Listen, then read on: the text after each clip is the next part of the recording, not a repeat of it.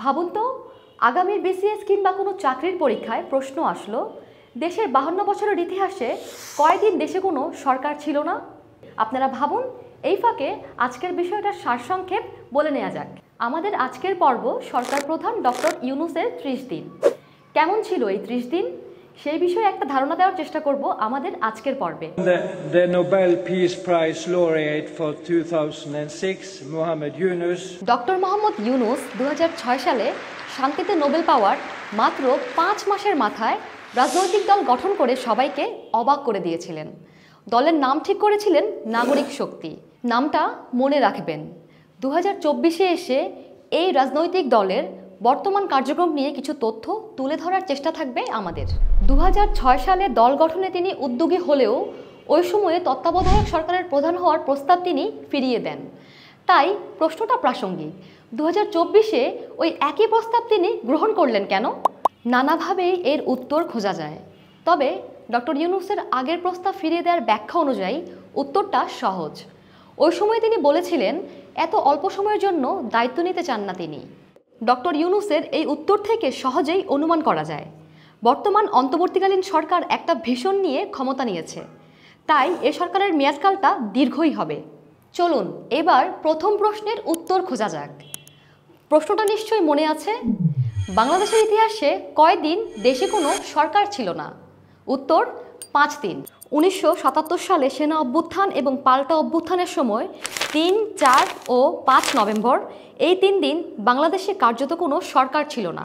খন্দকার মোস্তাক তখন নামমাত্র প্রেসিডেন্ট। ঠিক একই অবস্থা 2024 সালের 5 আগস্ট শেখ হাসিনা ক্ষমতাচ্যুত হবার পর 6 ও 7 আগস্ট দেশ ছিল সরকার শূন্য। 8 আগস্ট রাতে অন্তর্বর্তীকালীন সরকার প্রধান হিসেবে ডক্টর ইউনূসের শপথ নেয়ার মধ্য দিয়ে শূন্যতা কাটে রাষ্ট্রের। এরপর শুরু হয় এই অরাজনৈতিক সরকারের চ্যালেঞ্জিং পথ চলা।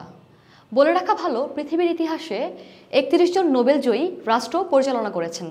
এর মধ্যে 17 জন ক্ষমতা থাকা অবস্থায় পেয়েছিলেন এই সম্মানজনক পুরস্কার, আর 8 জন পেয়েছেন সাবেক হবার পর। আর মাত্র 6 জন নোবেল পাওয়ার পর রাষ্ট্রের হাল ধরেছেন। এই 6 জনের মধ্যে ডক্টর ইউনূস একজন। তবে এই 31 জন নোবেলজয়ী রাষ্ট্রনায়কদের মধ্যে ডক্টর ইউনূসই একমাত্র ব্যক্তি যার প্রিভিয়াস কোনো রাজনৈতিক ব্যাকগ্রাউন্ড নেই। তাই একটি প্রাসঙ্গিক প্রশ্ন, ডক্টর ইউনূসের জন্য কোনটা বেশি কঠিন, নোবেল জেতা নাকি রাষ্ট্র পরিচালনা? 8 আগস্ট দায়িত্ব নেবার মাত্র 2 দিনের মাথায় সবচেয়ে ভয়ঙ্কর দিনটি ফেস করতে হয় ডক্টর ইউনূসের অন্তর্বর্তী সরকারকে।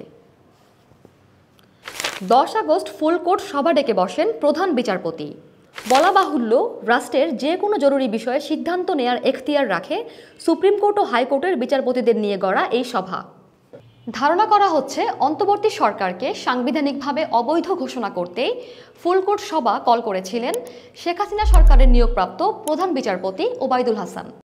যদিও ছাত্র জনতার বিক্ষোভের মুখে সভাটি ভণ্ডুল হয়ে যায়। পদত্যাগ করে দেশ ছাড়তে বাধ্য হন প্রধান বিচারপতি। অনেকের ধারণা প্রধান বিচারপতির এমন বেপরোয়া পদক্ষেপের পেছনে ভারতের গোয়েন্দা সংস্থা রয়ের হাত ছিল। অন্যদিকে অভ্যুত্থানের পর থেকে এখন পর্যন্ত নড়বড়ে দেশের আইনশৃঙ্খলা পরিস্থিতি। প্রধানমন্ত্রী শেখ হাসিনার পদত্যাগ ও দেশত্যাগের পর ঢাকার থানাগুলো পুলিশ শূন্য হয়ে পড়ে। পুলিশ শূন্য চট্টগ্রামে অরক্ষিত সব থানা। নগরীর কোনো এলাকাতেই পুলিশ মোতায়েন নেই। পুলিশ প্রশাসন এখনও নিষ্ক্রিয় ভূমিকা পালন করছে। সেনাবাহিনীকেও তেমন কোনো অ্যাকশনে যেতে দেখা যায়নি।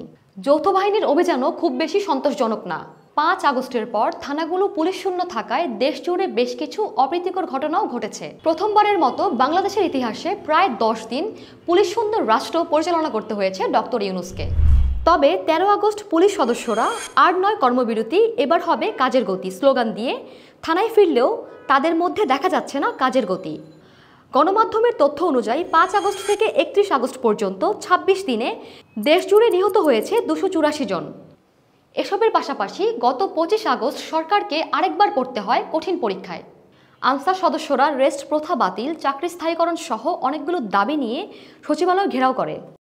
রেস্ট প্রথা থাকবে না আনসারে, আর অন্যান্য যে যাদের দাবি দেওয়াগুলি আছে ওই জন্য একটা কমিটি করে দেওয়া হচ্ছে। এমন পদক্ষেপে সন্তুষ্টি জানিয়ে আনসার সদস্যরা আন্দোলন প্রত্যাহারের ঘোষণা দিলেও একটি পক্ষ সন্ধ্যা পর্যন্ত সচিবালয় অবরুদ্ধ করে রাখে। পরবর্তীতে প্রায় 850 আনসারকে গ্রেফতার করে পাঠানো হয় কারাগারে। প্রশ্ন ওঠে, কে এই আন্দোলনে রসদ জোগালো? দাবি মেনে নেওয়ার পরও কেন সহিংস পরিস্থিতি সৃষ্টি হলো? এ দুটি বড় ঘটনা ছাড়াও সরকারি বেসরকারি বিভিন্ন সংস্থা ও প্রতিষ্ঠানের বিভিন্ন দাবি দেওয়া নিয়েও বেগ পেতে হয় ডক্টর ইউনূসকে।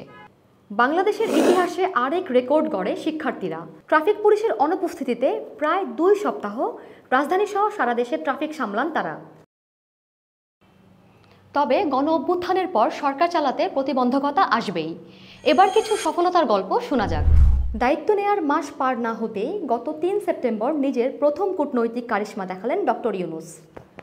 তার অনুরোধে সংযুক্ত আরব আমিরাতের ফেডারেল আদালতে দোষী সাব্যস্ত হওয়া 57 বাংলাদেশিকে ক্ষমা করে দিয়েছে দেশটি।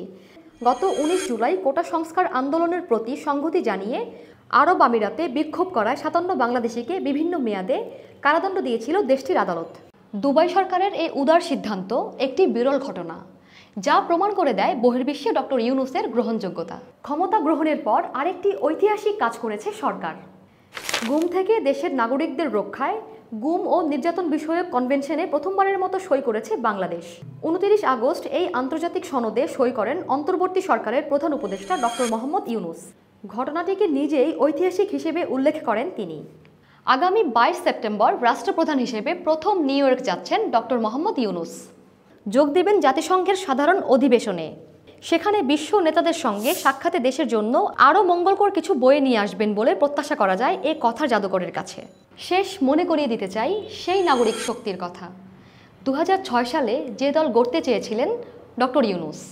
মনে রাখবেন, রাজনীতিবিদদের ভোলার অভ্যাস থাকলেও ডক্টর ইউনূসরা কিছু ভোলেন না। হাসনাতের এই কথার সঙ্গে নাগরিক শক্তির কি কোনো মিল পাওয়া যায়? ভিউয়ার্স, আজ এই পর্যন্তই। তবে দ্রুতই হাজির হব নতুন কিছু নিয়ে।